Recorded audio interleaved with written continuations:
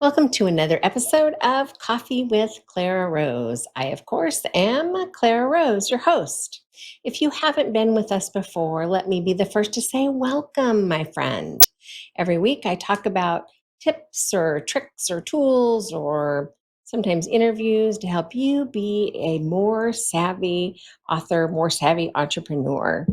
Sometimes I have other guests who are just doing something cool out in the world and I think it's just something that you'd be interested in. But today, I'm just going to drop some knowledge on you. So, this is a topic that a lot of people ask me about on an ongoing basis because I work with first time authors mostly. Sometimes I'll get authors who've done a self publishing or have done a traditional publisher and it didn't go as they planned, or a small publishing house and they just weren't happy with how it turned out.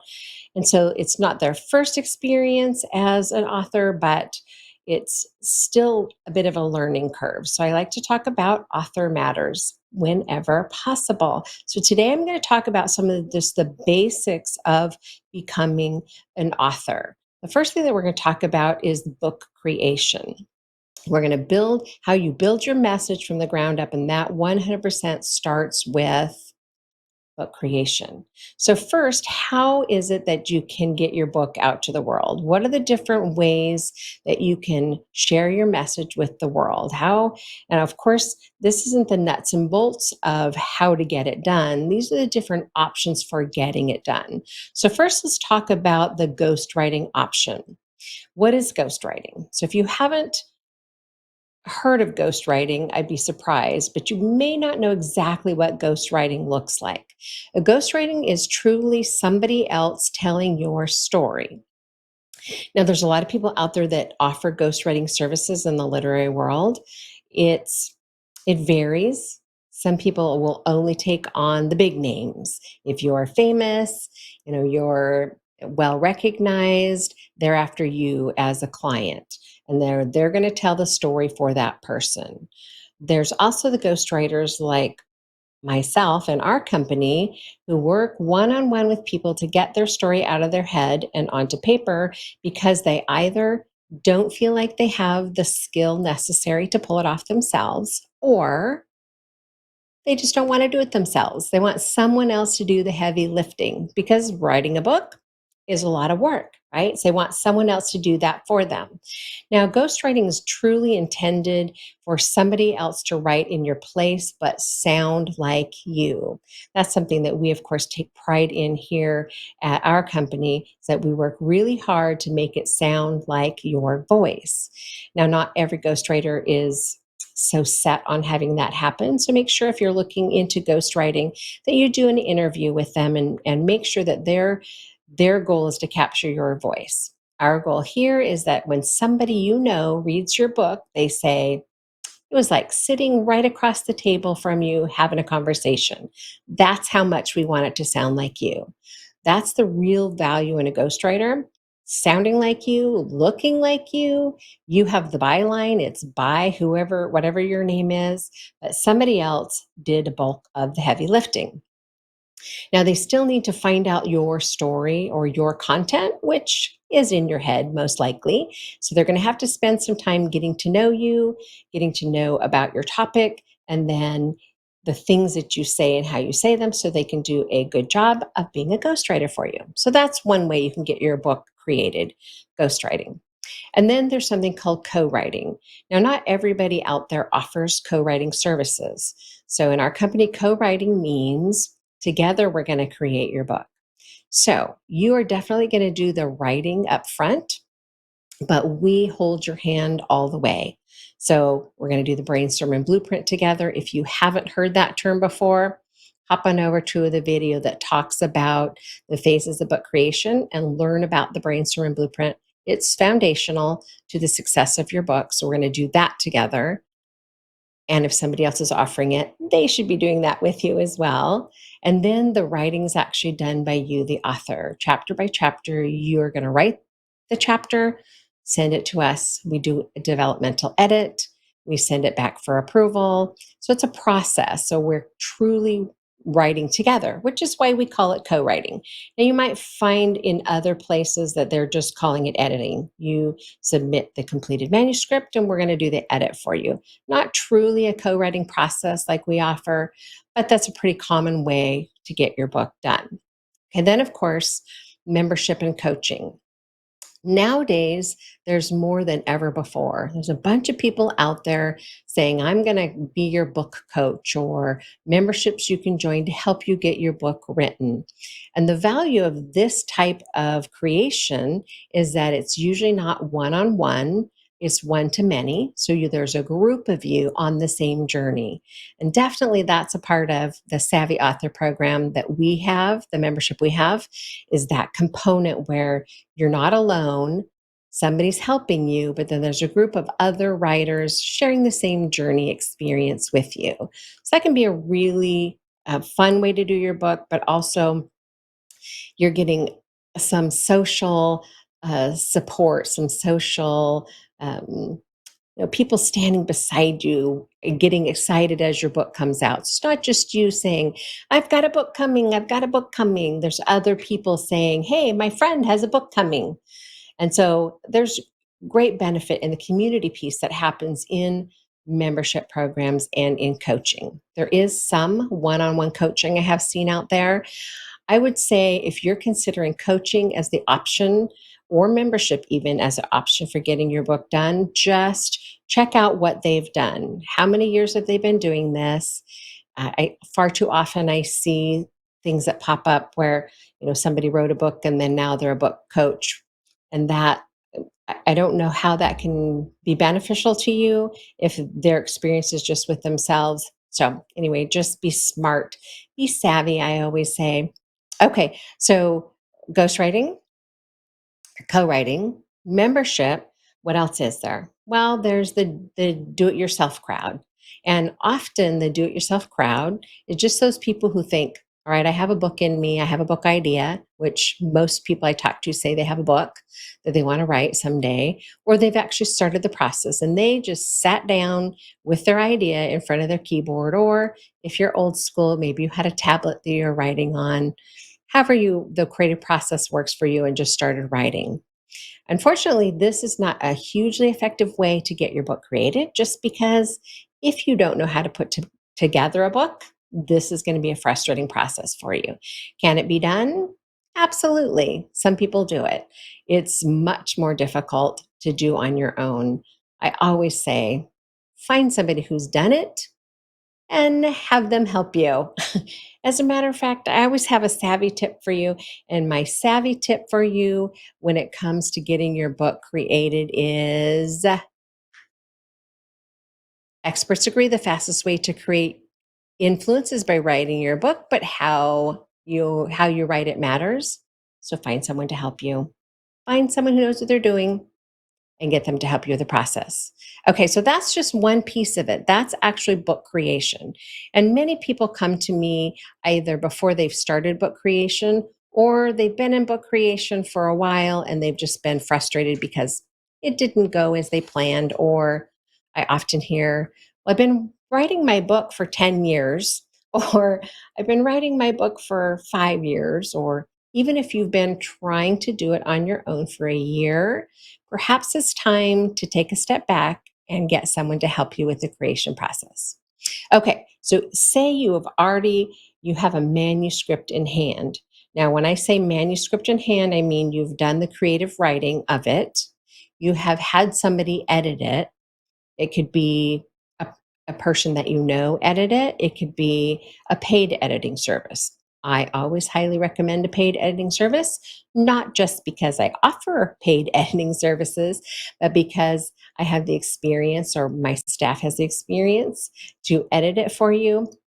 Some people out there will do a decent job. Just be aware that writing a book is a different beast than just writing an email or even writing a letter. So that's just my words of wisdom. Have it professionally edited so that when it goes out to the world, you know that it's been edited well. Of course, there are tools that will help you. You can look at Grammarly or ProWriter or any number of other writing tools that will help look at grammar for you. I do want to caution you about them though, especially something like Grammarly. While it's an awesome tool for creating letters and emails and even working on your book, its goal is to make you sound generic, right? Maybe that's not the right word, but it feels like it makes everyone generic. So it pulls out personal prose and phrases that make it sound more like you. So just be careful that it doesn't make it too generic. You don't want to sound like every other person out there. You want your book to sound like you, especially if you're writing a book because you have a business, ministry, cause, or brand, and you're the face of that. People are seeing you and reading your book. There needs to be congruency between those two things, right? If it doesn't sound like you, it's going to feel weird to them. They're like, boy, it didn't even sound like that book was Clara's book. I want them to sound like exactly like you when they read it. Okay, so if you have a completed manuscript and you've had it edited, and you've had someone format it properly for you, then it's time to move on to publishing. I don't want to like get stuck on that whole piece, but just so you realize formatting really does matter. I do have a video about that as well. If you'd like to go check it out, formatting really does make a difference. Okay, let's talk about publishing options now that you have your book in hand and it is clean, tight, well edited, well formatted. It truly is ready to become a book. Your manuscript is done. You have your own ISBN and barcode, all the pieces. All the pieces are done. Your cover's done. Your art program's done. All the pieces are done. You're ready to talk publishing options. So, how can you publish? What are your options for publishing your book? Well, of course, most people first think about traditional publishing. And traditional publishing is the big publishing houses. Well, they could even be medium or small publishing houses. But the way that it works is that you, as an author, need an agent. Most publishers do not take direct submissions. Some very small ones take direct submission. That just means I can put together a manuscript, I can mail it to them, and they'll accept it and they'll look at it, put it into the pile. Somebody will look at it. Somebody will may or may not decide to publish the book. That's the traditional process. Most of them want you to have an agent. So what your agent does is they go to publishing houses that they have relationships with and they pitch your book to them. So you have to find an agent who believes in you, believes in your projects, believes in your work. So that's really step one, sending out queries to agents who, number one, they cover your genre. So you're not going to, if somebody does romance novels, you're not going to send your self-help book to somebody who only works with authors that do romance novels. They're not they're not going to take you on, right? If you can find somebody in your genre who you know somebody who's already their author, that's gold actually, because then they can give you a referral to that agent. Agents are very busy. They look at probably thousands of manuscripts and hundreds of writers. And so it's a very competitive marketplace. Getting an agent, always struggle. Number one, some people never get an agent. The truth of it. Sorry, it just is true. If your heart is set on traditional publishing, that is the route. Find an agent to take you on. They, in turn, will negotiate with a publishing house to get you a contract. First the first people who get paid when your book is published is the publishing house. And then, of course, a piece of your pie goes to your agent, and then you earn royalties on the back end, which usually is relatively small. It's, unless you have a bestseller, the least amount of money in your pocket. Some people feel like traditional publishing is the only way to go and spend years trying to go that route. If that's what you want to do, jump on in, start querying to find an agent for yourself. Okay, while most people nowadays aren't going that route, unless they're famous, of course, then everybody's dying to be their agent. Everyone's dying to publish their book because they're famous.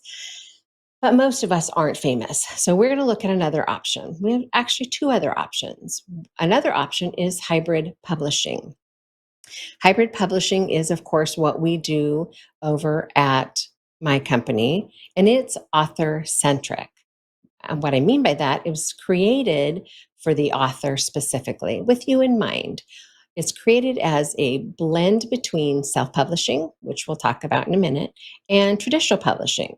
So, hybrid is kind of somewhere in the middle. Hybrid publishing just means someone's going to help you through the entire process, a company usually. You're not going to be required to have a literary agent. Our company happens to have a literary consultant on staff. That's what I do, but not all companies offer that. So, the benefit of having a literary consultant is they can help guide you, I think, a little more one on one, more personally through the process. But anybody who's hybrid publishing will be able to help you with this process. Usually, you're going to publish under their press mark, which you would do with us if you worked with us, Rosedale Publishing.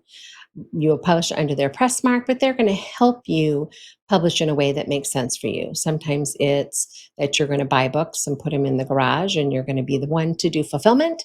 And sometimes it's helping you to use a tool like KDP or Ingram Sparks or BookBaby, other ways to get your book published. So it's just a hybrid between the two pieces. It, of course, is the one that I always point people towards first, unless there's a good reason to send them somewhere else for maybe specialty publishing, something that you can't get in the hybrid publishing world, you can't get in the on demand print world. And then traditional publishing might make more sense for them. I did just learn something this week that's new that was a little disconcerting for me. Used to be that it was, even if you were hybrid publishing or self publishing, you could end up in a bookstore somewhere. And now the big box stores, probably because it's just competition, are starting to not put on the shelf ever anything that's done as a hybrid or self published book. So it's an unfortunate, but I get it. There's lots of competition out there, and the small publishing houses, the hybrid publishing, those are all in direct competition with the big boys. Everyone loves, Books a Million, all those people, but you are in direct competition with them if you're not using them. So that's how that works. Okay, so let's talk about self-publishing, because it's very common especially in this day and age, for people to just take that on themselves. So what does it mean to self-publish? Self-publishing means that you are going to do everything. You're going to do all the research, you're going to do all the work behind getting your book ready, getting your book loaded into whatever software that system uses. Each of them kind of have their own software. So you have to figure out the software, and then just be careful that you're making good choices. I always give this tip because it's a big one. I get it all the time from people who have published this way and then come back and said, "Oh, Clara, can you help me with this? I don't have the rights to publish. I want to publish somewhere else. I don't have the rights because they gave my rights away." So register your own ISBN and get your own barcode yourself. If you use a hybrid publisher like my company, we're going to do that for you, but we're going to register it in your name. Super important. You don't let the tool that you use give you a freebie. It sounds like a wonderful deal, right? They're going to give me a free ISBN and barcode. And that's lovely, but in exchange, they're the only one who gets to publish your book. Yes, you retain the authorship rights, you wrote it, but they're the only one who gets to publish that edition of your book ever, ever, ever, ever, for all time. So don't give them that ability. They will let you bring your own ISBN and barcode registered to you personally or registered through the company that is helping you publish. Either way, you retain the right to publish where you'd like. Super, super important, my friend. Okay. And then, of course, I always have a savvy tip for everything that I talk about. So the savvy tip is publish in an author-centric way. What matters for you is the most important thing. Putting the most money in your pocket, having the most control, having the most ownership. Those are all things that really do matter. When you're talking about author matters, things that matter to authors, do it in a way that's best for you. Okay, so let's move on to the last one. I'm totally running out of time, but I do want to talk about that very last piece, which is planning your launch. You can't just write a book and expect that it's going to sell. If you build it and they will come really does not apply, especially in the oversaturated book market today. You have to be very proactive in getting your book out there. And I say start early. Now, you don't have to start talking about or planning your book launch on day one, but certainly by the time you are halfway through the creation piece, the content creation, you need to be talking about and planning for your book launch. These things take time. You're not going to just throw it together overnight. So start early. Start thinking about, where do I want my book to be published? How do I want my book to be published? Where am I going to market it? Start early. Don't have these things just floating around your head, but truly have a written plan. Let me just say that one more time for those people who tend to keep things in their head: a written plan. Plan ahead, start early. Super important. Okay, so what else matters when we're talking about a book launch? Well, you want to promote often. Promote often. Right? If you have the time or you have the ability, spend every day somewhere, talk about your book, push your book out there. Hire somebody to help you with your social media if you need to. Get your book out there often. And then, of course, this just goes without saying, but be strategic about where you sell. For instance, if you have a self help book, you probably aren't going to promote your book in a writer's group for romance novelists, right? That just makes sense. So, looking for the places that make sense for your book, that's that strategic, intentional piece that I'm always talking about. This is something we work on in the Savvy Author membership pretty early on. Once we've gotten the brainstorming blueprint done and you are moved into the create and correct phase of your project, we start talking about, where is our book going to be out there in the world? Where are we going to promote it? How are we going to promote it? So that by the time it's happening, by the time it's published, we're in like full swing. People know that this book is coming. People know that it's happening. And that's all planned out well in advance.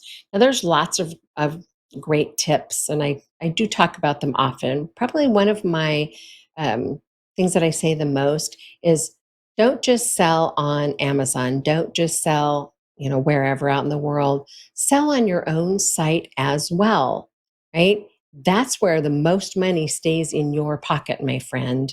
If you're going to travel and speak, have some books with you so you can sell back of room. Back of room sales, that's literally the most money in your pocket that you can make off of your book. It's probably 4 or 5 times the money that you're going to get if you sell it through, Barnes and Noble. Like if you went to Barnes and Noble and said, "Hey, I don't see it on your shelf, but I'd like a copy of this book by this author." They don't need to know that it's you. They can look it up on the expanded distribution list, order it if it's on there, which is super important, by the way. Order a copy for you and get it for you. That's going to be the least amount of money in your pocket, those kinds of sales, because the person who produced it got money, the retailer got money. Out on expanded distribution, Barnes and Noble, Books a Million, wherever, they got money. So guess who gets the least amount of money? You, the author. So that's why I'm saying, be smart, be author centric about how you publish your book, for sure. Okay, and then I do love my savvy tips. Savvy tip here is, writing a great manuscript is not enough. You need to understand the process, navigate publishing, and manage your book launch. And everything does matter, my friend. Okay, so those are the basics. Those are the basics right there. Creating your book, some options, publishing your book, what your options are, and then, of course, launching your book. Super important. You don't just create it and then wait for the book to fly off the shelf or off of Amazon's shelf or wherever, because it doesn't just happen. Now, I'm out of time, but I can't leave without saying, find yourself someone to help you. Get a seasoned mentor to help you step by step. It's not as expensive as you think that it's going to be, but crafting your message and creating your book is a process, and it's difficult to figure out on your own. I promise you. Making it harder, the internet is full of conflicting advice and unproven experts selling it. So find somebody who is experienced, has done it before, and hire them because their knowledge matters, right? Their knowledge matters. They can shortcut the process for you 100%. Okay, before I go, I would just like to take a minute to say if you are in need of some support, maybe you're in the beginning stages or maybe you've been trying for a while, the Savvy Author membership might be for you. We're going to walk through in the Savvy Author membership. We're going to walk through all of the pieces that you need. You have a literary consultant to hold your hand. Every step of the way, you have a community of other authors and writers who are on the same journey to help you and support you. And then, of course, all the pieces that we talk about here every single week, all of that is provided for you.